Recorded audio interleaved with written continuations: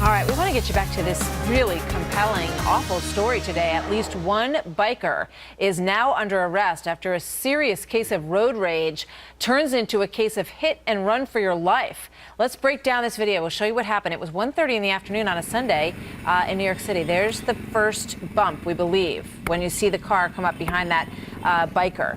And then all the other bikers sort of stopped to find out what happened as the biker was bumped by this black SUV. The driver then gets freaked out because everyone is swarming around him ostensibly.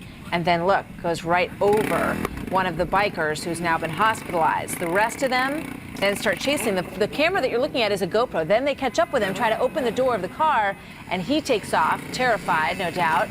Then the gang, apparently the tires were slashed according to some of these reports, so he pulled off of the West Side Highway and into some of these side streets, and look at what happened then. They started smashing with their helmet into the car. They did break the windows on the car because I saw pictures of the car after. The back window also appears to have been broken. His wife was leaning out of the car and watching as they dragged him out of the car and beat him. 2 black eyes and other lacerations requiring stitches. All of this in front of his 2-year-old daughter and his wife. What a scene that was. All right, so let's break this down in a legal sense. Jeff Gold is a former prosecutor, and Anna Yum is a defense attorney and a former prosecutor. Welcome to both of you. Good to have you here.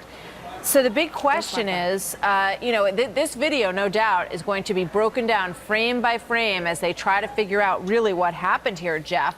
And do you think that the driver also needs an attorney in this case? Well, look, leaving the scene of an accident, I mean, he did run over one of the bikers. He broke apparently a leg or 2 legs of one of the bikers and then took off. That's a crime in most states, to leave the scene of an injury. Look, he was panicked. We know that. But nevertheless, yes, he might need a lawyer, too. I think the police were evaluating very carefully. They issued 60 tickets, but they have only made apparently 1 arrest. I think of the individual that beat him up. That exceeded any authority of a citizen's arrest. But you can understand it. If your friends, were just run over and their legs were broken and a guy takes off, maybe you would take off after him too. Maybe, but we know that there's been 1 arrest in this, Anna. Christopher Cruz is 28 years old. Reckless endangerment, reckless driving are the charges. We don't know if they're 1st degree or 2nd degree. We're waiting for some of these details here. But in terms of what you see on this tape, and that looks like the initial bump where the driver bumped the back of that motorcycle, and then really all hell breaks loose in this. What do you think, Anna? Right. It would be a complete injustice and an outrage, Martha, if this driver, Mr. Lien, was charged with anything. This man was fleeing for his life, and not just for his life, but the safety of his 2-year-old daughter and his wife in the passenger seat. What else was he supposed to do? Based upon the video and the evidence that we see, he was in reasonable fear of imminent bodily harm or death at the time he took off. You can't blame him, and I submit to you, anyone in his situation would think family first.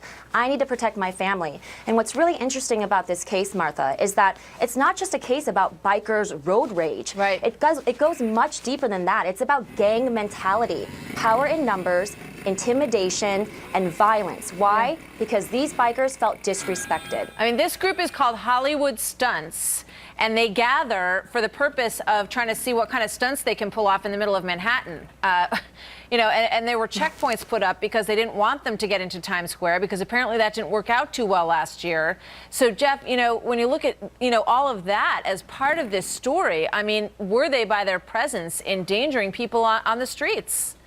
Yeah, well, okay, let's switch it. I'm not representing the SUV driver, but now I'm representing those bikers, and I got to tell you something, it's a much more difficult job to represent those bikers. They were looking for trouble. I understand that. Right. They got what they bargained for, but, in the end, there still was a biker whose legs were broken, and although the SUV guy was scared, he ended up with a couple of stitches.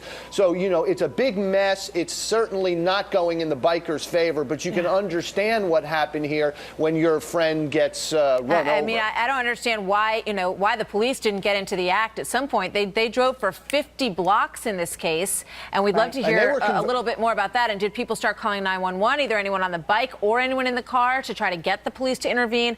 A lot of questions, but you guys have laid out some of the early ones for us. Thank you very much, Anna and Jeff. Good to see you both. Thanks, Martha. Good to see you. Thank you. Jenna Lee.